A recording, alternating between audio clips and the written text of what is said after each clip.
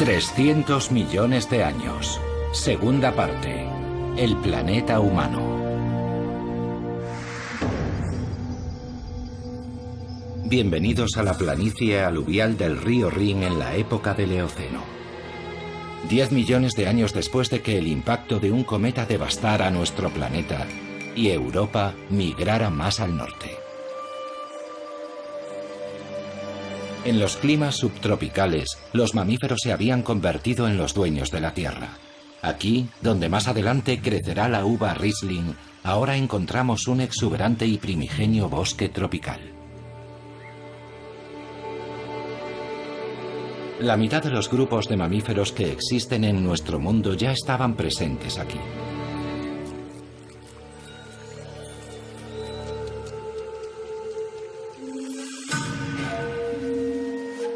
También las aves, los peces y los insectos. Todo el reino animal era prácticamente el mismo que el de nuestro mundo actual. No en Europa, sin embargo. Actualmente, muchos de los habitantes del Eoceno viven en las regiones tropicales de Sudamérica y Asia. Solo gracias a un volcán conocemos con exactitud qué animales vivían aquí entonces. Hace 48 millones de años, cuando el volcán entró en erupción, un lago de 300 metros de profundidad se formó en el cráter.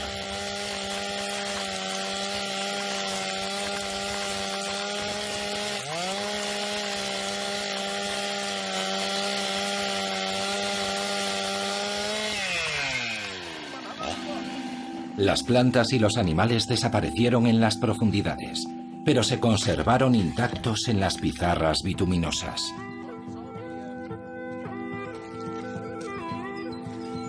El yacimiento de fósiles de Messel está muy cerca de la ciudad alemana de Darmstadt. Aquí, estrato a estrato, se excava la instantánea de un acontecimiento crucial de la historia geológica. El registro fósil nos cuenta la vida y la muerte en el lago del cráter. Lo más probable es que los gases tóxicos que emanaban de las profundidades alcanzaran la superficie del agua, causando la asfixia de los animales, que caían al lago y se ahogaban. Se han encontrado muchos murciélagos fosilizados. Debieron de acercarse demasiado a la superficie del agua. En la actualidad, el yacimiento de Messel es Patrimonio de la Humanidad de la UNESCO y una ventana excepcional a la Europa prehistórica. Fue aquí donde se encontró la mano de un primate más antigua. Los fósiles hallados en Messel son asombrosos, verdaderas impresiones de los animales, descripciones de su piel, al igual que de su pelaje y de su plumaje. En ocasiones incluso se conservó el contenido de sus estómagos. El hallazgo más espectacular hasta la fecha data de la década de los 80. Un animal parecido al mono de 60 centímetros de longitud, con una cola muy larga.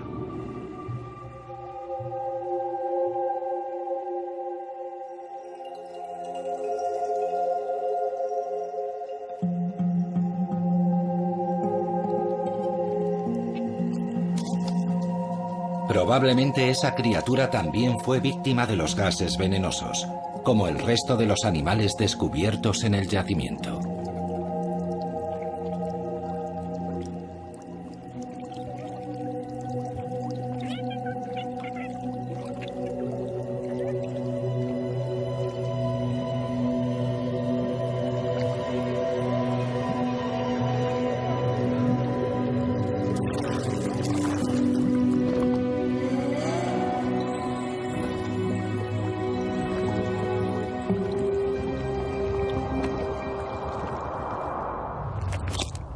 $47 millones de años después, la pequeña dama primate causó un gran revuelo. Bautizada como Ida, durante mucho tiempo fue considerada la progenitora de la raza humana. Aunque nunca existieron pruebas definitivas a ese respecto, su cuerpo exhibe una de las mayores innovaciones de la evolución: 5 dedos con pulgares opuestos, una mano con agarre de precisión. El bosque tropical del Eoceno también quedaría finalmente sepultado bajo los estratos del tiempo.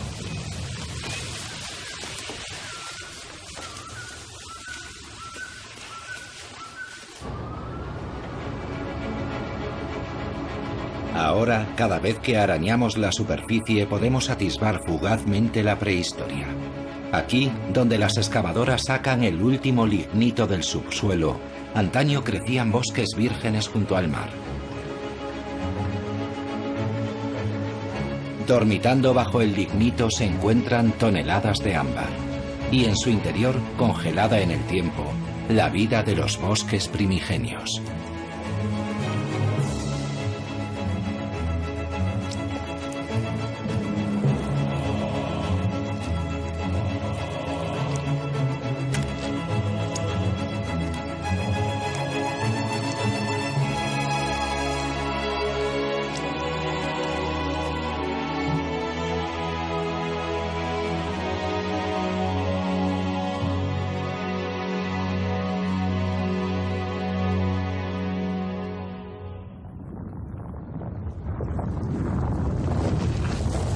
Gran parte de Europa occidental estaba cubierta por una capa reciente de hielo. Los glaciares que descendían desde Escandinavia se abrieron paso hasta Londres y desde los Alpes llegaron al lago Kim, en Baviera. Los glaciares formaron y desplazaron tierra y rocas y dejaron tanta agua que vastas áreas del Mar del Norte quedaron anegadas. El Cuaternario, el periodo geológico más reciente, fue una época turbulenta. Muchos glaciares se derritieron y el agua del deshielo esculpió profundos barrancos en la superficie de la Tierra. A medida que el hielo se retiraba hacia el norte, desaparecían los animales de los periodos fríos. De nuevo aparecieron los bosques. Los hipopótamos, los elefantes y los rinocerontes migraron desde el sur hasta esas regiones, verdes de nuevo.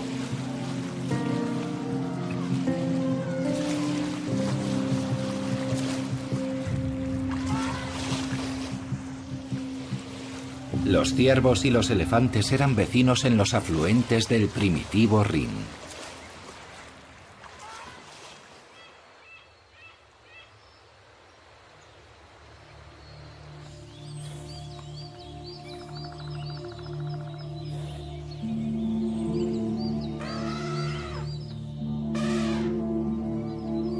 Ahora los elefantes vivían donde antes habían pastado los mamuts, y los ciervos y los jabalíes aparecieron para ocupar el lugar de los renos.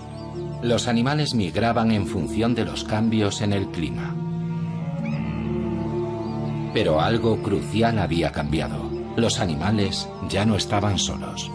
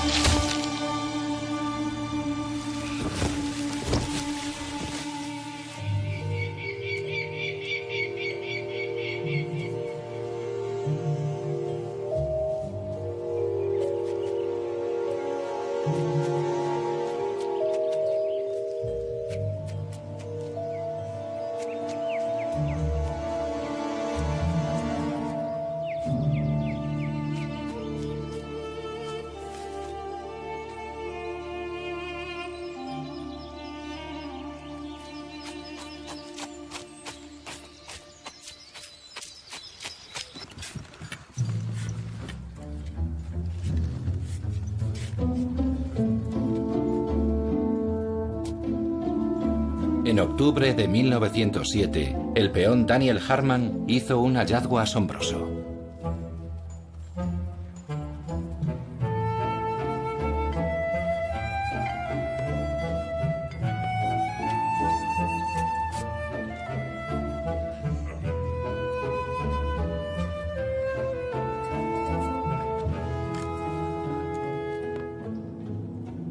Amigos míos, hoy he encontrado a Adán.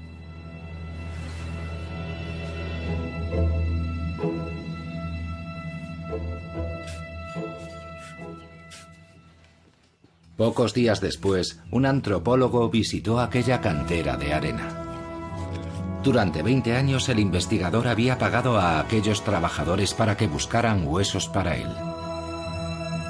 Su paciencia y su inversión por fin habían dado sus frutos. ¿Dónde lo encontró exactamente? Allí, en aquella pared.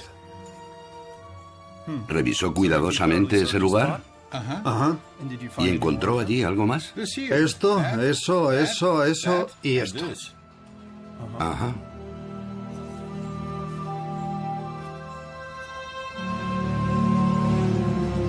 La mandíbula pertenecía a un antepasado del neandertal. Recibió el nombre de Homo heidelbergensis. La era del hombre había comenzado.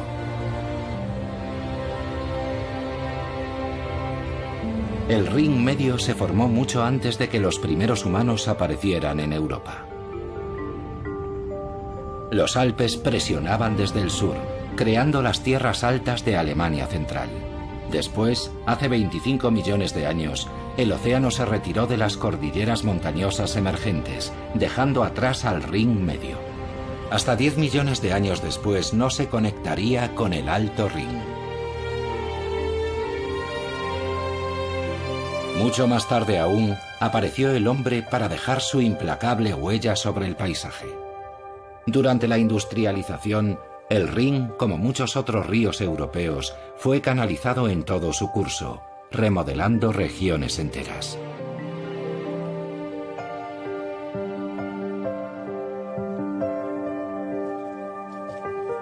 Los romanos llevaron el arte de la viticultura al sur de Francia, a Alemania, a Italia y a España. Ellos pusieron los cimientos del éxito del Riesling, el Merlot y el Cabernet.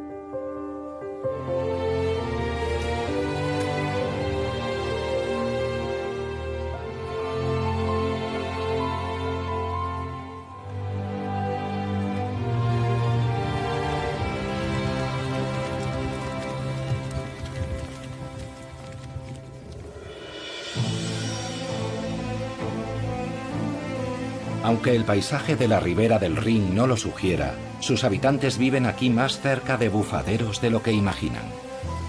En la isla de Nadmeyerwerf, un chorro de agua alcanza alturas de hasta 60 metros. Es el geyser de agua fría más alto de la Tierra.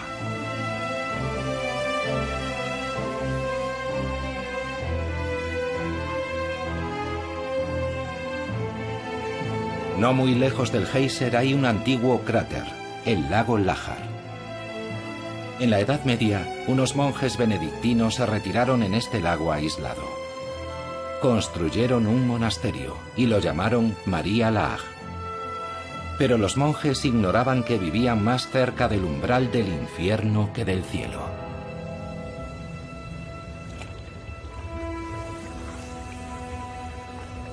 Los volcanes extinguidos de la región de Eifel en Alemania pueden volver a entrar en erupción en cualquier momento, igual que los supervolcanes de Italia. Nadie sabe si será dentro de 10.000 años o el próximo martes. La última vez que el volcán de María Laach entró en erupción, el resultado fue una destrucción de proporciones inimaginables. Las cenizas volcánicas llegaron hasta el sur de Suecia y el norte de Italia.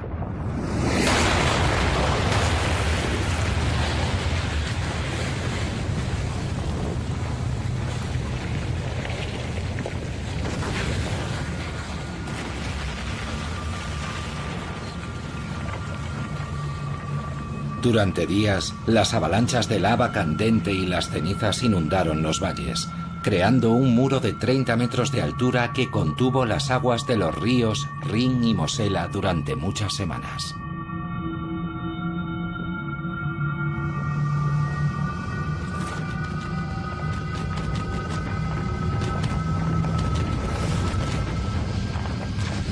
Finalmente, cuando el dique cedió, una gigantesca avalancha de agua corrió río abajo hasta los Países Bajos, arrasando todo lo que encontraba a su paso.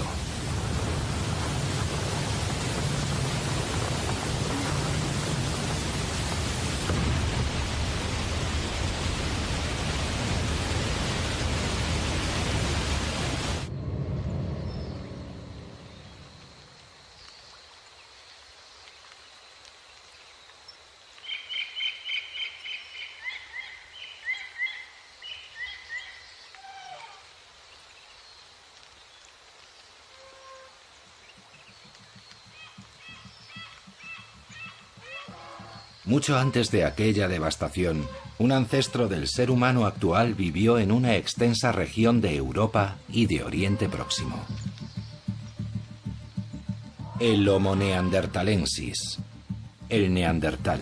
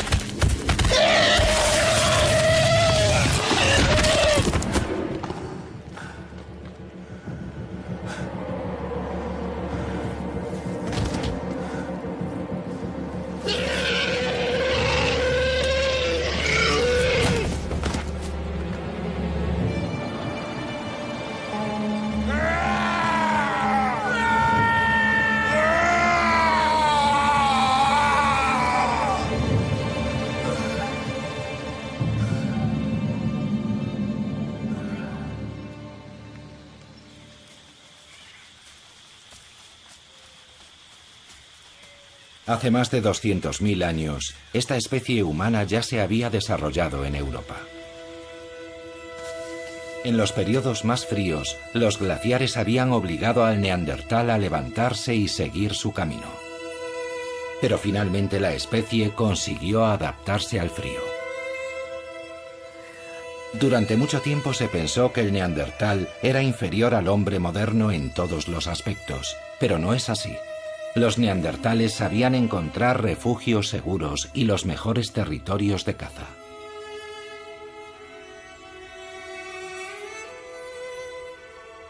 Eran artesanos habilidosos, sabían curtir las pieles y fabricaban ropa con ellas. Los neandertales vivían en pequeños clanes diseminados por zonas muy extensas. Pero incluso en los periodos más cálidos, la supervivencia no resultaba fácil. Los tupidos bosques no solo eran el hogar del ciervo, el rinoceronte y el elefante, allí también vivían los leones y las hienas. A medida que cambiaba el clima, también lo hacía el entorno, pero los neandertales seguían adaptándose para sobrevivir. No sabemos nada acerca de su lenguaje, pero la anatomía de su laringe revela que sin duda eran capaces de comunicarse vocalmente.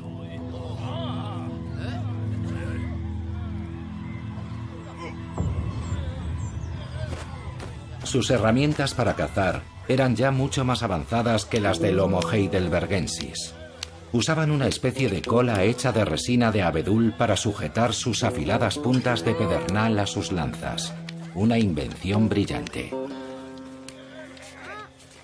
Las evidencias muestran que los neandertales cuidaban de sus enfermos y enterraban a sus muertos. Aún se sigue especulando acerca de por qué el neandertal finalmente desapareció de la faz de la Tierra hace 30.000 años. Durante mucho tiempo se pensó que nosotros descendíamos de los que habían derrotado a esos primitivos, pero al parecer no todos los encuentros entre ellos fueron violentos. El hecho es que compartimos con ellos una porción, aunque muy pequeña, de nuestro material genético. El neandertal sigue viviendo dentro de nosotros.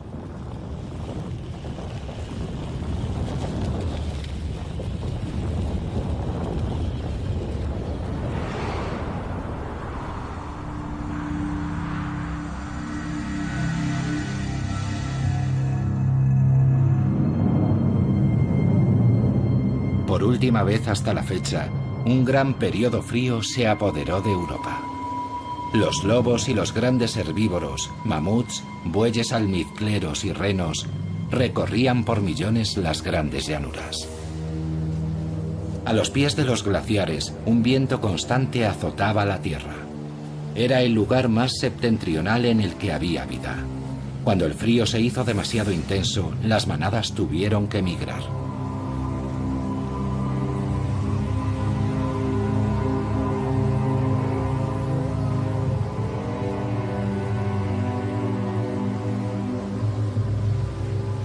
Los lobos seguían a las manadas a todas partes, y no eran los únicos. En mitad del periodo glacial, hubo seres humanos que migraron desde la sabana africana a lo que hoy es Europa Central.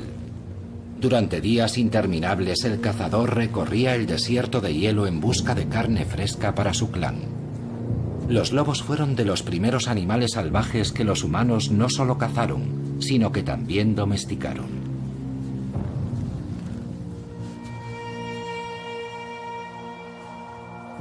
La vida de los cazadores estaba dictada por la migración de las manadas. Cuando los animales cambiaban sus zonas de pastos, los humanos también lo hacían, moviendo sus campamentos a lo largo de las grandes rutas migratorias. Durante el verano, la estepa era un buen territorio de caza. Pero era casi imposible seguir el rastro de los animales durante el invierno, cuando la nieve y el viento borraban sus huellas y desaparecían bajo el manto de nieve.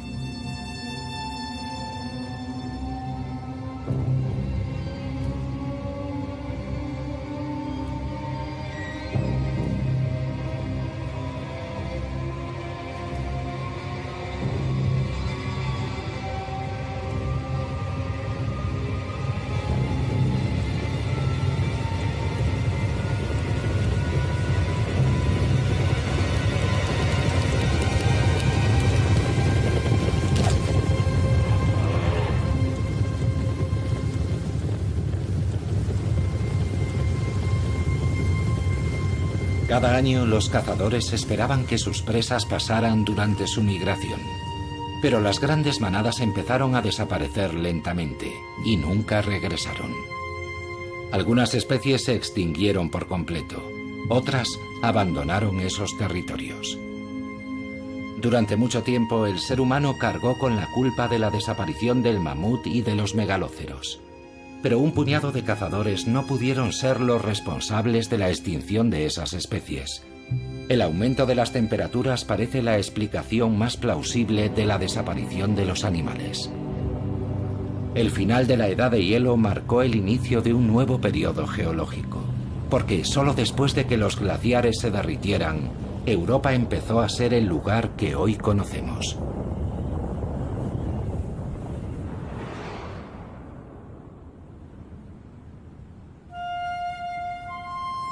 El territorio y el carácter del Mar del Norte cambiaron radicalmente. Avanzó más y más hacia el sur, inundando las grandes planicies que antes ocupaban las regiones de los glaciares. Así nació un hábitat completamente nuevo, el Mar de Frisia.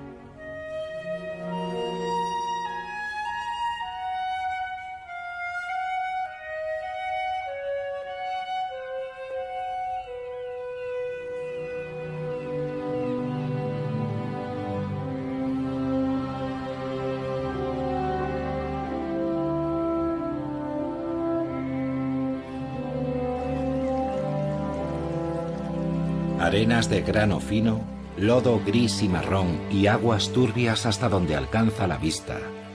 Eso es todo lo que el Mar del Norte tiene para ofrecer. Y aún así, el desierto de hielo de hace siglos se convirtió en un hábitat rico y diverso. 2 veces al día las mareas inundan el Mar de Frisia con sus aguas ricas en nutrientes. El lodo ofrece protección y alimento. Bajo la superficie del fango prolifera la vida. Esta es la guardería de muchos peces que crecerán y vivirán en el Mar del Norte. También el lumpo desova aquí. El macho se deja la piel para proteger sus huevas.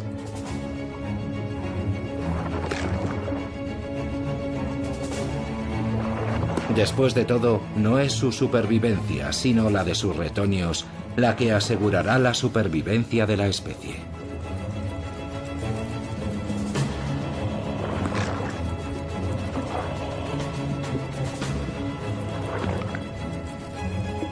Cuando las huevas eclosionan, las larvas permanecen durante algún tiempo en las aguas poco profundas antes de aventurarse en mar abierto. A menudo en las playas aparecen los cadáveres de los padres, muertos por agotamiento.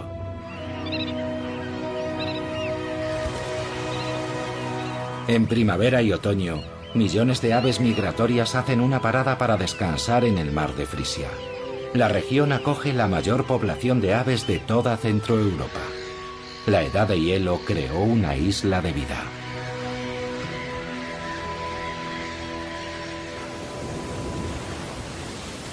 Lejos del litoral, el Mar del Norte se torna muy duro.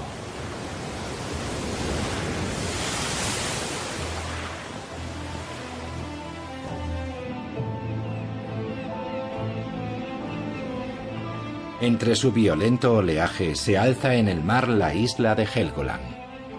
Hace unos 250 millones de años, la Isla Roja aún formaba parte de un desierto.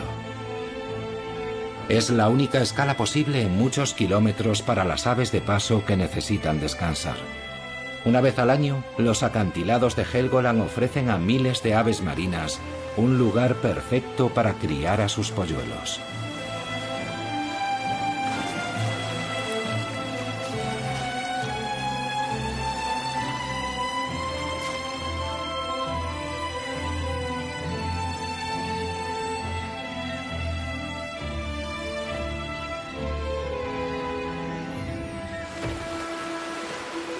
En invierno, cuando hace ya mucho tiempo que las aves migratorias han abandonado la isla, aparecen en la playa las focas grises.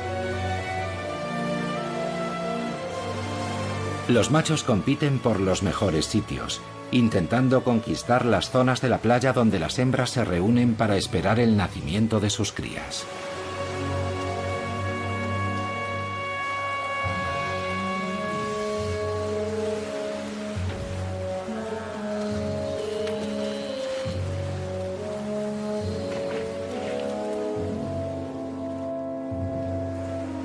Poco tiempo después de dar a luz, comienza la época de celo de la foca gris.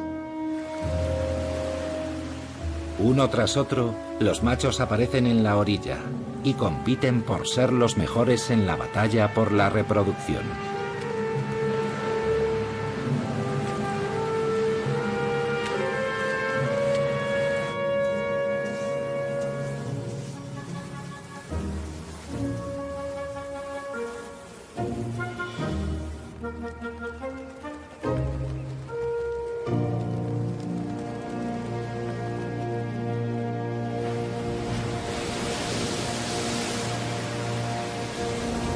En invierno, el fuerte viento agita el mar. Las altas olas se estrellan contra los acantilados y contra la playa, arrastrando piedras y arena hacia otros lugares. El ser humano intenta detener el proceso.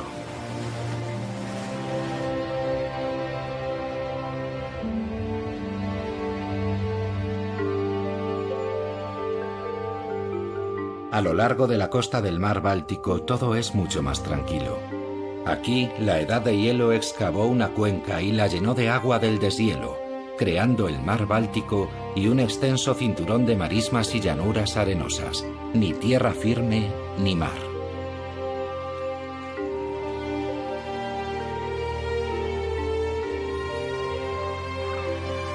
Ajenas a la intervención humana, grandes zonas de la costa del mar Báltico son un santuario para la fauna silvestre.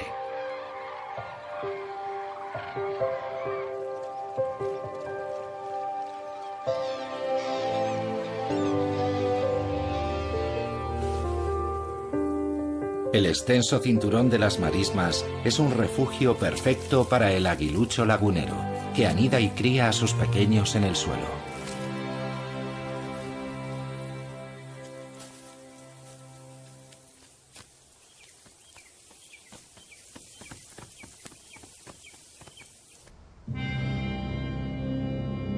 Los acantilados blancos de Rügen también son obra de la Edad de Hielo, que hizo emerger la isla desde las profundidades del mar Báltico. La roca cretácica de los acantilados se formó en la era de los dinosaurios, como resultado de la acumulación de diminutos esqueletos del plancton. Bajo la presión de los glaciares, ese material creció, dando lugar a estos característicos acantilados blancos. El período cálido cubrió sus paredes con una fina capa de material vegetal. Las raíces de las plantas se aferran al sustrato blando.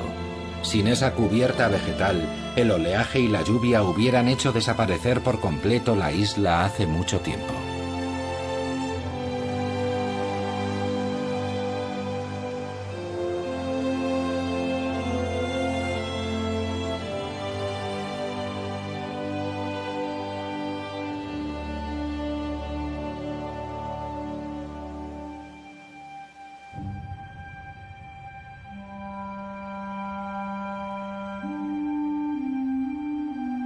Tras el final de la edad de hielo, las temperaturas ascendieron muy deprisa.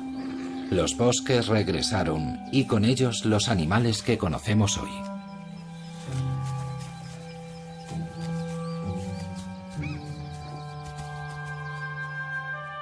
Los grupos humanos que hasta entonces habían sido cazadores-recolectores nómadas empezaron a establecerse y a cambiar su entorno.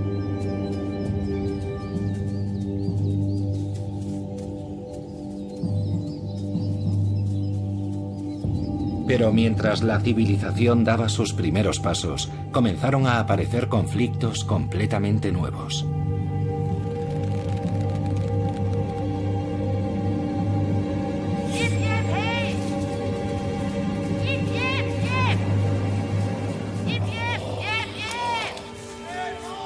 La fauna salvaje ya no era solo una fuente de alimentación. Para los agricultores que cuidaban de sus campos en el inicio de la agricultura, los ciervos eran animales nocivos que tenían que espantar. Para los cazadores, los granjeros y sus cultivos eran intrusos. Talaban los bosques y perturbaban sus terrenos de caza.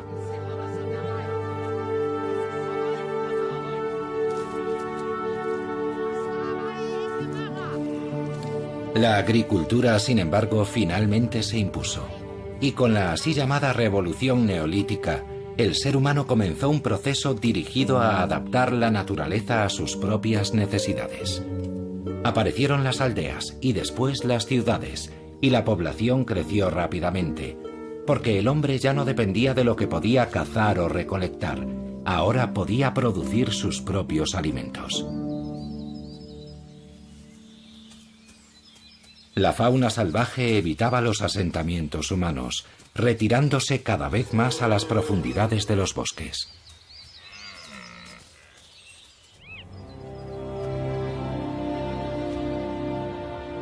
Hoy, las extensas marismas abiertas ofrecen muy poca protección. Pero es aquí donde se reúnen todos los años las aves migratorias para iniciar su viaje al sur. Estas tierras llanas y prácticamente sin árboles proporcionan una buena visión a las aves predadoras, tales como el aguilucho lagunero, que intenta aprovechar al máximo la situación antes de que partan los visitantes veraniegos. Cuando las temperaturas caen y las aves migratorias ya han iniciado su viaje, la quietud invade la costa del Mar del Norte, la marisma más extensa del mundo. El lugar parece tan remoto y deshabitado como lo estaba hace 2000 años. Extensos bosques cubren la mayor parte de Europa occidental, pero a través del Rin, la civilización avanzó rápidamente hacia el norte. Tras conquistar parte de los asentamientos germánicos, los romanos empezaron inmediatamente a construir una red de suministros y de calzadas. Comenzaba así la división, medición y administración de Germania.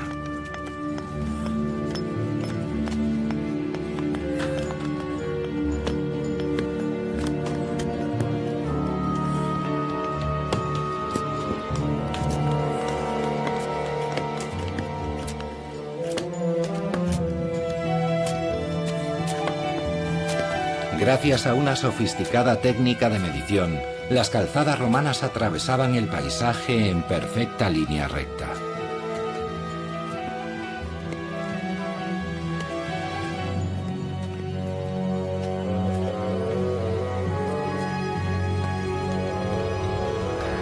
Esas calzadas conectaban los campamentos romanos, que más adelante se convertirían en ciudades, entre ellas Colonia, Maguncia y Coblenza.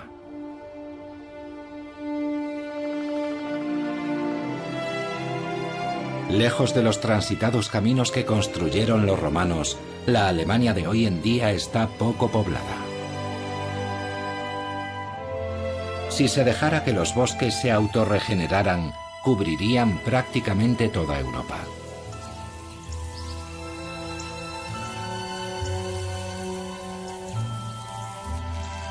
Pero donde viven e intervienen los seres humanos, los huertos de árboles frutales, los campos y los pastos han ocupado gran parte de las áreas forestales.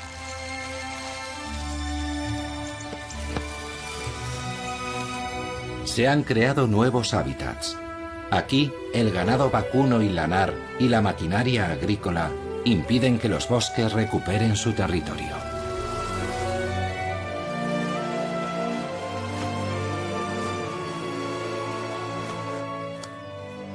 A las cigüeñas les gusta estar muy cerca de los asentamientos humanos y se benefician de una masacre que tiene lugar regularmente, recogiendo suculentos bocados en el campo tras la batalla.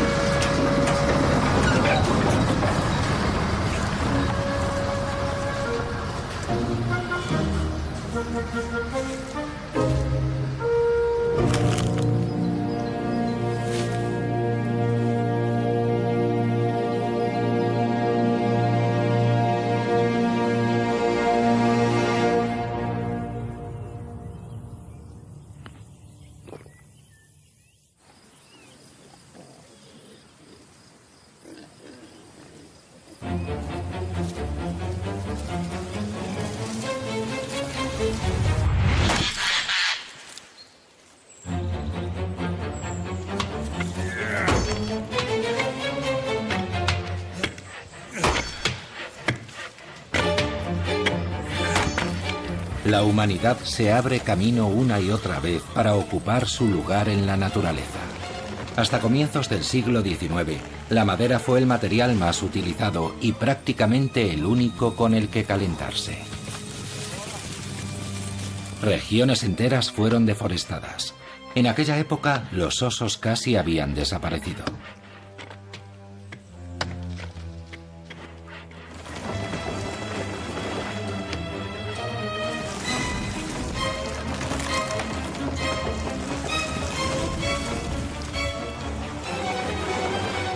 Desde la Edad Media, los bosques habían sido utilizados como tierras para el pastoreo, y las hojas que cubrían el suelo se recogían y se usaban como paja en los establos.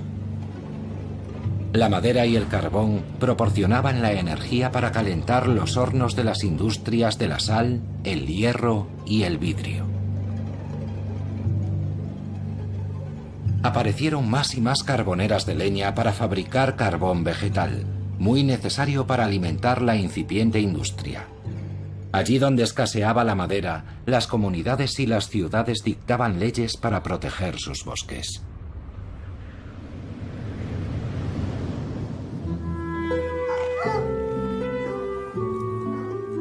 También la aristocracia tomó medidas para frenar la deforestación. La aristocracia rural reclamó extensas áreas forestales y adoptó medidas para conservar los bosques y la fauna salvaje. Pero no por convicciones ecológicas. Los cazadores querían salvar sus imponentes cotos de caza de la destrucción. Sin el deporte de la caza de la nobleza acaudalada, el paisaje alemán hoy sería muy diferente.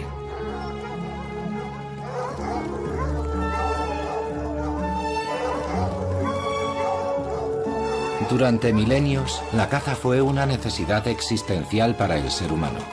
Pero en la Alta Edad Media se convirtió en un privilegio. La nobleza aprobó un edicto sobre sus bosques. A los campesinos no solo les estaba prohibido cazar en ellos, tampoco se les permitía matar a los animales a los que sorprendían saqueando sus cultivos. En aquella época se dictó una ley que revocaba los derechos del campesinado sobre las tierras siempre que los árboles y los matorrales crecieran tanto que alcanzaran las espuelas de un jinete.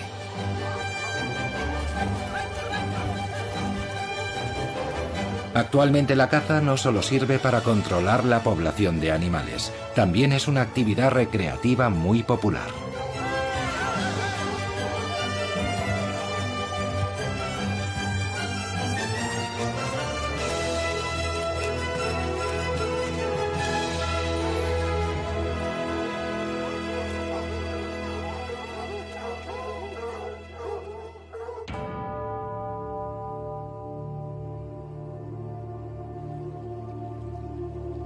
Pero algunos bosques de Alemania Oriental no deben su existencia a la nobleza. La leyenda cuenta que los bosques de Spray, con su laberinto de innumerables canales, son obra del diablo.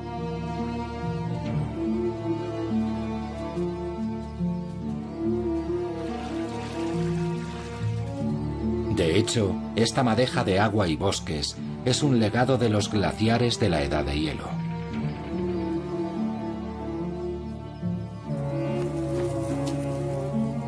Aquí, ocultas en este dédalo acuático, las cigüeñas negras crían a sus polluelos.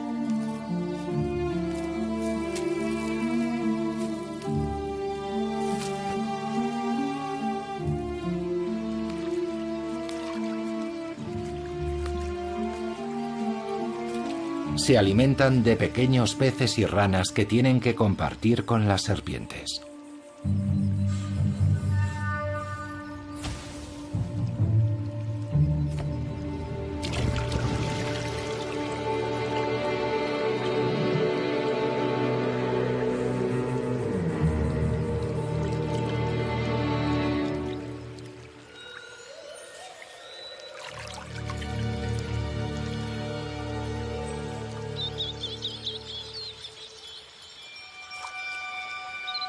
El bosque de alisos de Spray ya no crece solo de forma natural. Las semillas que caen en los arroyos son pescadas en la superficie y después plantadas en la tierra.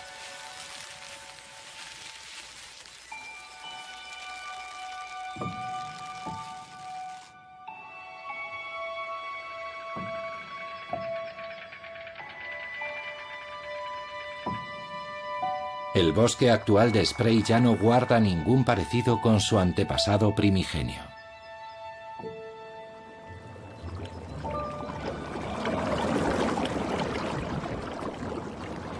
El hombre cambia los paisajes que han evolucionado durante millones de años. Hace 100 millones de años, animales exóticos vivían en el estrecho estuario situado en lo que hoy es la frontera entre Alemania y la República Checa. Los restos de caliza de Creta y los esqueletos hundidos en el lecho del río se acumularon aquí estrato a estrato, milímetro a milímetro.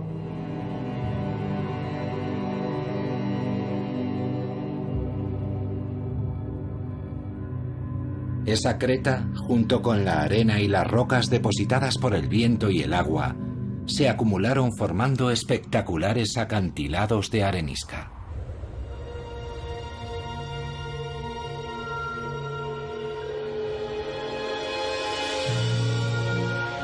Cuando el océano se retiró, la erosión hizo su trabajo sobre los bancos de arenisca, convirtiéndolos en las dentadas montañas de arenisca del Elba.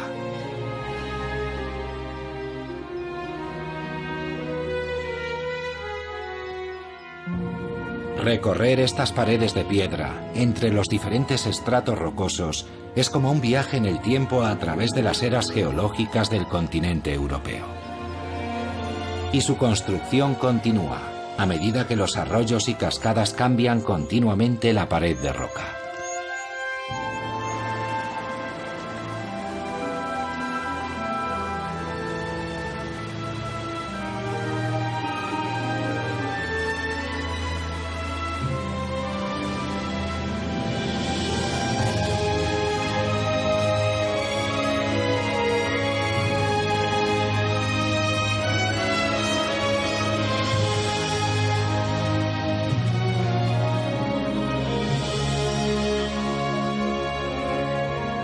La explotación de esta arenisca comenzó en una fecha muy temprana, en el siglo XI.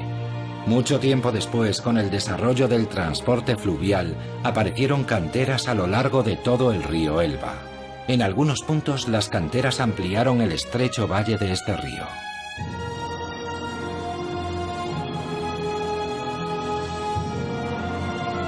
Roca a roca, la piedra era cortada y extraída de la cantera. Los bloques de arenisca viajaban por el Elba para edificar los muros de numerosos y espléndidos edificios civiles y religiosos en todo el mundo.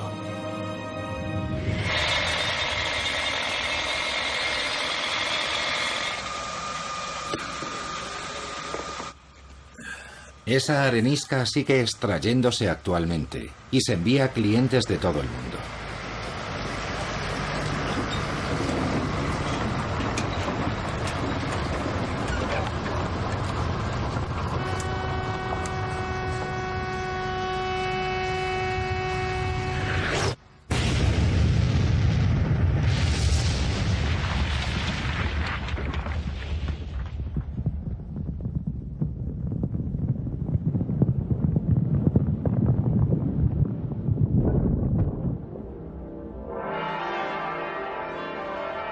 Los maestros de obras de Dresde, del pasado y del presente, han erosionado las montañas del Elba. Para la reconstrucción de la histórica Frauenkirche, la iglesia de Nuestra Señora, regresaron una vez más a las viejas canteras de arenisca. El ayuntamiento de la ciudad de Hamburgo está construido con piedra del Elba, al igual que otros muchos edificios de este paisaje urbano. Los halcones también anidan aquí, como lo hacen en los riscos de las montañas de arenisca del Elba.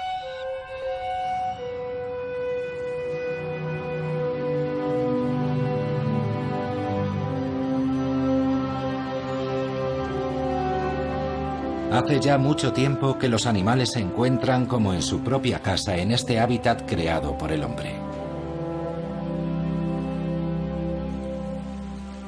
Las grandes ciudades actuales ya no resultan hostiles para la vida.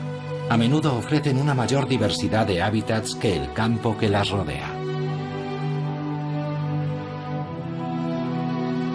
Su emblemática catedral y los puentes del Rin son hitos inconfundibles del paisaje urbano de Colonia.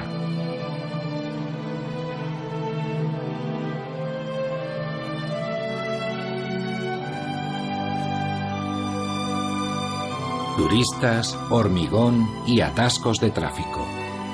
Resulta difícil imaginar animales aquí. Pero los centros urbanos no solo atraen a los seres humanos. Animales inmigrantes llegados de todo el mundo han encontrado en la metrópolis un nuevo hogar, añadiendo color y variedad al escenario. Nuestras ciudades contemporáneas ponen punto final de momento al largo y transformador viaje de Europa.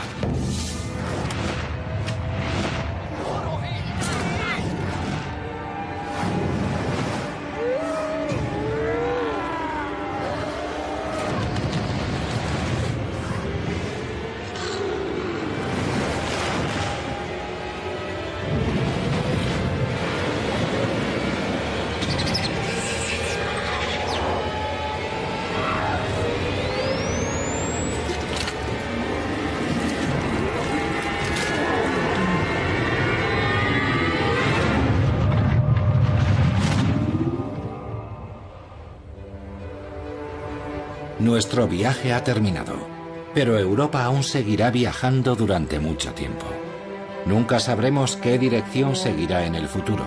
Tal vez algún lejano día repose en el Polo Norte o bajo el sol ecuatorial. Nosotros ya no estaremos allí para ver si queda atrapada entre dos continentes y se eleva hasta las alturas para luego hacerse pedazos y hundirse en el mar. O si quedará cubierta por una capa de hielo de kilómetros de espesor. Pero una cosa es segura, será una Europa completamente diferente a la que nosotros conocemos hoy.